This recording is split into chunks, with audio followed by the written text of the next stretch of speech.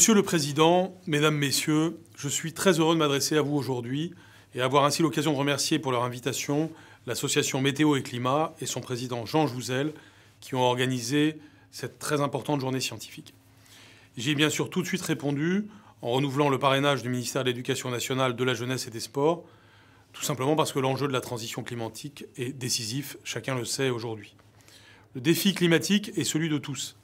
Il est d'abord celui de notre jeunesse que nous devons accompagner pour y répondre, pour qu'elle soit actrice de tout ce que nous avons à faire face à cette responsabilité. Parce que notre responsabilité, elle est là. Nous devons faciliter l'émergence d'une communauté de conscience grâce aux connaissances, une communauté qui soit à la fois engagée, responsable, créative et optimiste. Nous sommes ici au cœur de la mission de l'éducation nationale, avec un sujet qui est absolument majeur et qui nous oblige à faire bouger certaines lignes. Et c'est, je le pense, tout le sens de cette édition 2021 que vous avez intitulée « L'enseignement face au changement climatique, un enjeu pour former les citoyens de demain ». Il est donc très important d'identifier l'éducation nationale comme un socle qui rassemble autour d'espérances communes, basées, je le répète, sur la connaissance et non pas sur des slogans, non plus sur des peurs, évidemment, parce que les slogans et les peurs figent l'intelligence au lieu de la stimuler. Nous avons besoin, au contraire, d'avoir des élèves qui vont au-delà des apparences, qui vont au-delà des propos faciles, qui vont approfondir, notamment par les connaissances scientifiques, mais je dirais par les connaissances de toutes les disciplines, les enjeux de la planète, tout simplement. C'est dans cet esprit qu'après la grande journée mondiale de la jeunesse consacrée au climat en 2019, j'ai souhaité que la loi pour une école de la confiance de juillet 2019 rappelle l'objectif d'une éducation au développement durable tout au long de la scolarité. J'ai souhaité aussi que les élèves de France puissent faire des propositions pour le climat et pour la préservation de la biodiversité. Et ce travail très collectif qui a mobilisé des milliers, des dizaines de milliers de lycéens a débouché sur un dialogue qui a lui-même duré pendant des semaines et a abouti à la définition de 8 axes qui sont aujourd'hui ma feuille de route, notre feuille de route, pour aller plus loin. Nous voulons donc les concrétiser aujourd'hui, toujours plus. Certains sont très directement liés avec la question de la transition climatique et avec donc l'objet de votre rencontre.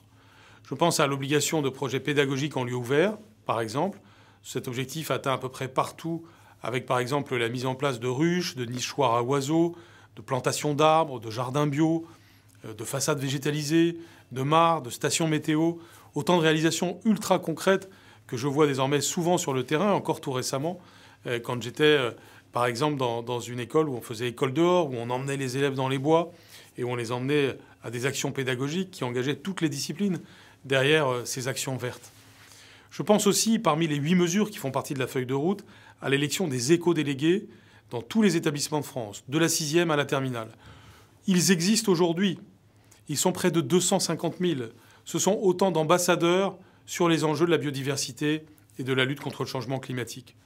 Là aussi, cette élection d'éco-délégués, malgré les difficultés liées à la période de contraintes sanitaires, a été la démonstration qu'on pouvait aller plus loin et qu'on pouvait faire approfondir nos élèves ces questions, mais aussi qu'on pouvait contribuer à un engagement toujours plus concret de leur part. Et on sait à quel point ils ont une soif d'engagement sur ces sujets. On le voit aussi dans le cadre du service civique ou dans le cadre du service national universel. Je pense aussi à la séance annuelle du Conseil national de vie lycéenne, que nous consacrons désormais systématiquement au sujet climatique et à la biodiversité. Cette conférence nationale a produit désormais des propositions qui sont intégrées au fil de l'eau à notre stratégie nationale. Ainsi, nos 8 points ne sont pas figés, ils sont sans arrêt en évolution. Je citerai aussi la labellisation des établissements engagés dans des démarches de développement durable.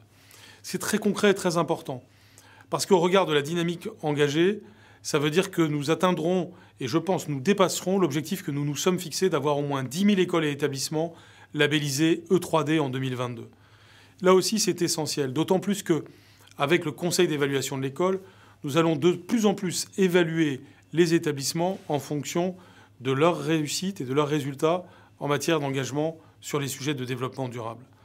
Et donc les enjeux climatiques devraient également être renforcés bien sûr par les programmes scolaires eux-mêmes. Nous l'avons fait à l'issue d'une mission confiée au Conseil supérieur des programmes.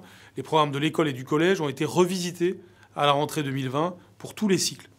Il fallait proposer aux élèves des contenus plus explicites, plus précis, plus complets sur les enjeux du développement durable, et notamment ceux de la biodiversité et du climat.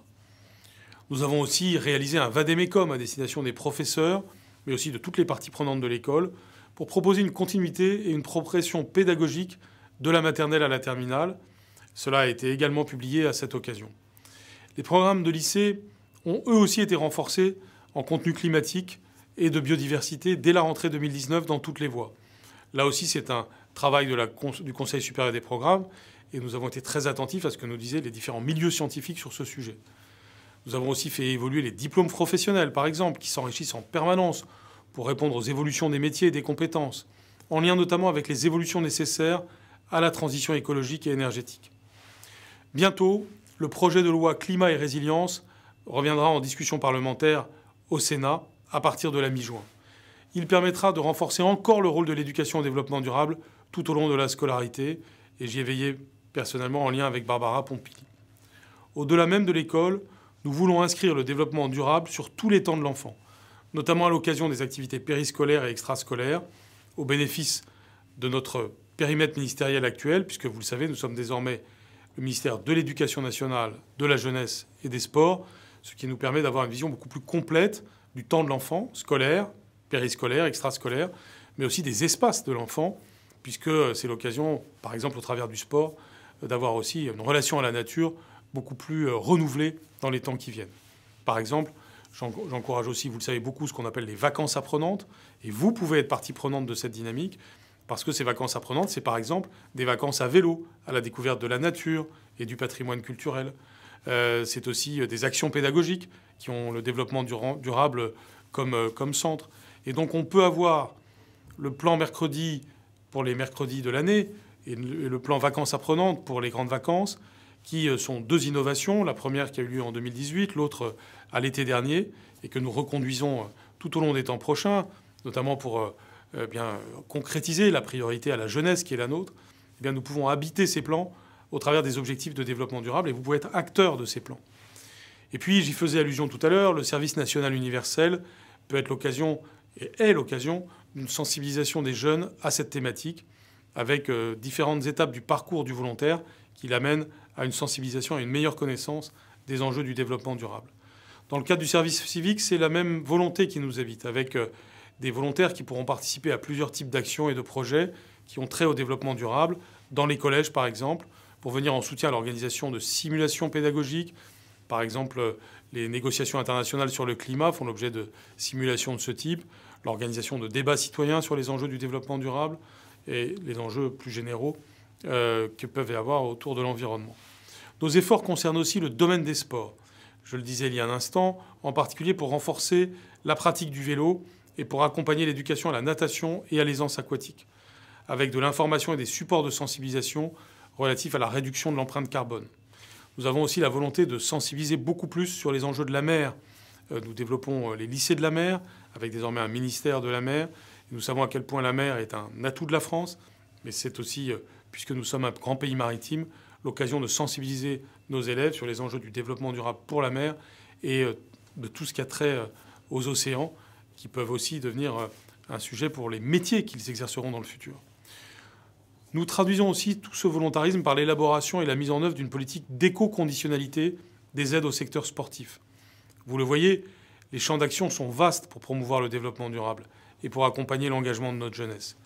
Pour réussir, pour continuer à convaincre, pour transformer, nous avons besoin de votre appui, c'est-à-dire de partenariats étroits, noués avec le monde de la science. J'ai donné quelques exemples au fil de mon propos, parce que vous avez toujours répondu présent pour nourrir nos projets pédagogiques, et vous pouvez répondre présent pour les sujets périscolaires et extrascolaires dont j'ai parlé, et pour tout simplement la vitalité de nos écoles, nos collèges, nos lycées en la matière. Je veux donc vous remercier pour votre précieuse contribution aux démarches que nous impulsons, avec à la fois conviction, fermeté, sens de l'innovation. Et bien entendu, cet enjeu du climat est celui des climatologues, mais il est celui de toute la population, et il est aussi celui de l'école. Vous pouvez être certain que j'en suis convaincu et que nous nous efforçons d'être les acteurs de tout ce qui est nécessaire en la matière. Merci à tous et à bientôt.